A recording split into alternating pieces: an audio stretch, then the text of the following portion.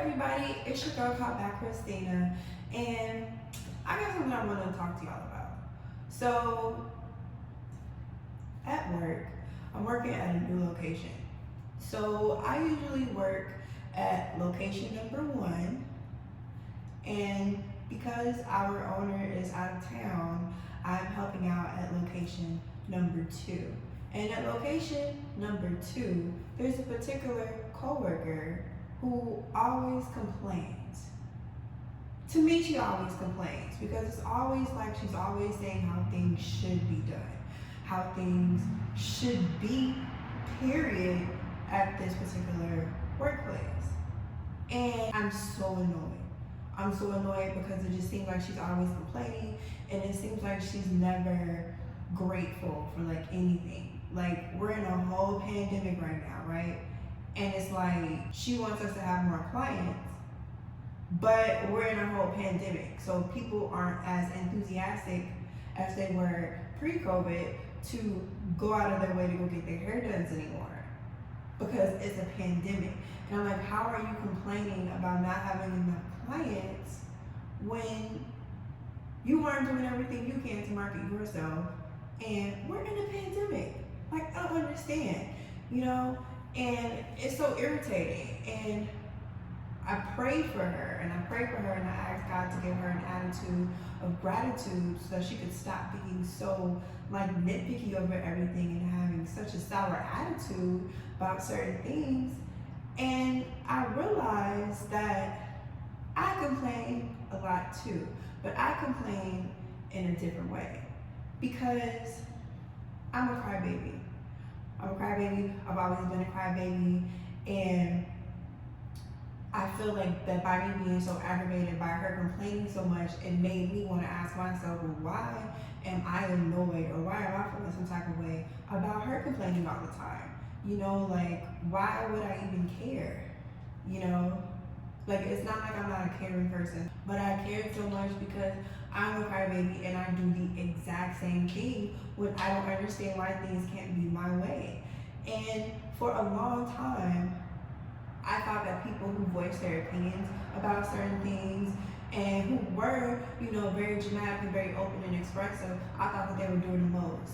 And I used to always think like, oh my God, like, why does this person have to be like this? You know, why can't they just go with the flow? Why do they have to be so nitpicky about every little thing and always cry?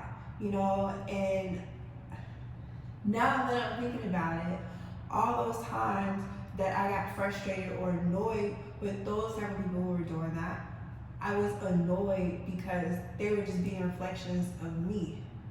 You know, so I'm a crybaby, but I don't always express things that I want to cry about.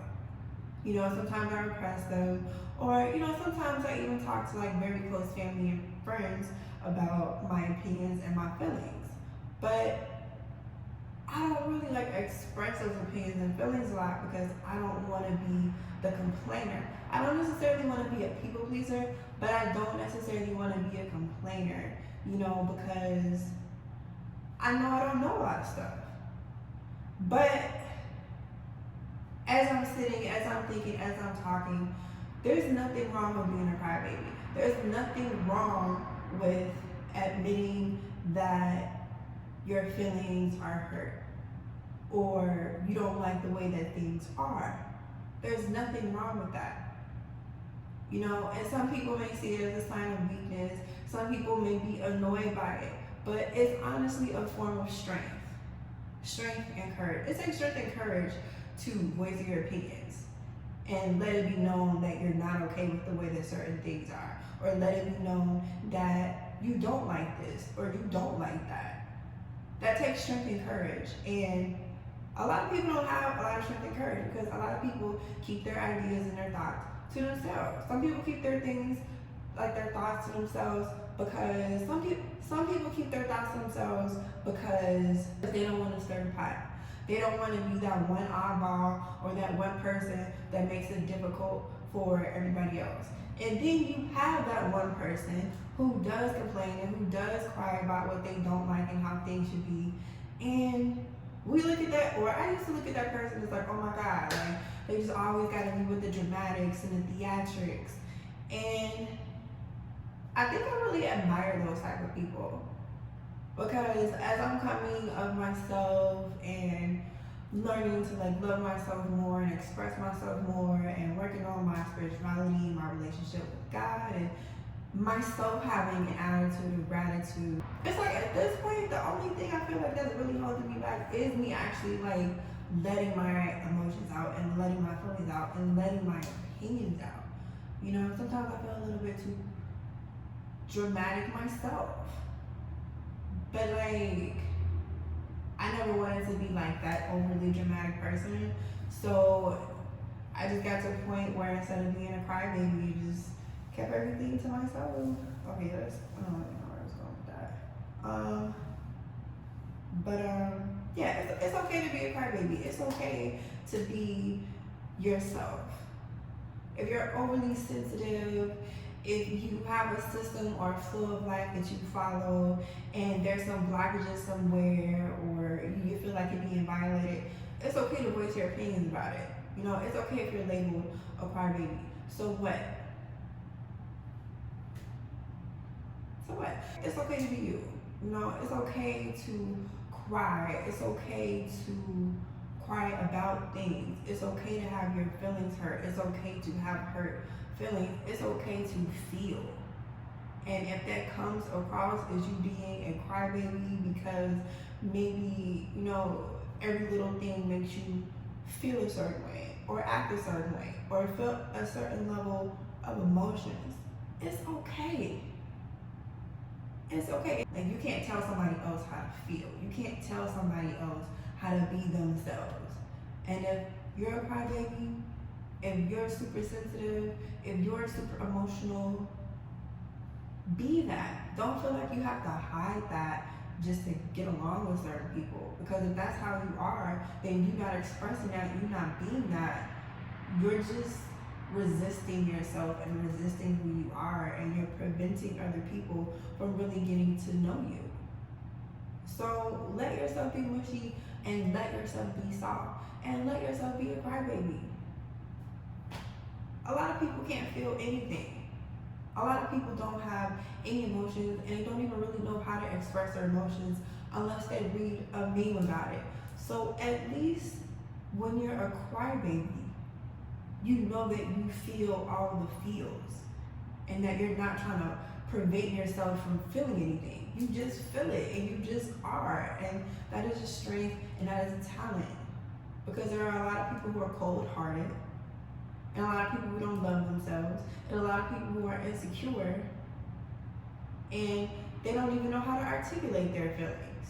So some people, when they feel all the feels, they get angry, they get dismissive, they get distant with people because they don't know how to handle all of those feelings and all of those emotions, you know?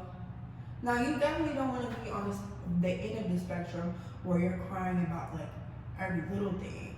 But like, even if you do cry over every little thing, you shouldn't beat yourself up about it. And you shouldn't let other people beat you up about it. Like, just be yourself. Just be okay with feeling all the feels. It's okay. Because once you feel it and once you get over that emotion, there's another emotion to have and there's another experience to go through. And the more you allow yourself to feel, the more you allow yourself to grow. So, yeah, I just wanted to get that off my chest because I made a post on my Instagram today about how I like jalapeno flavored veggie sticks. And somebody replied to my Instagram story and told me that they were nasty. And I told them, they're nasty to you. They're not nasty to me. That's why I posted in my Instagram story that I think they're quite tasty and a healthy alternative to hot fries. And then they responded and said, true. I didn't ask them for their opinion, but they gave it to me for no reason. I didn't ask them if they like veggie straws. So why do I need to know that they think that they're nasty? You're not gonna tell me something's nasty when I think that it's tasty. Who are you? Okay, that's me being a crybaby, okay? And I'm okay with that. I'm okay with that. And I probably will share this video with them so they can know how I feel about their comments.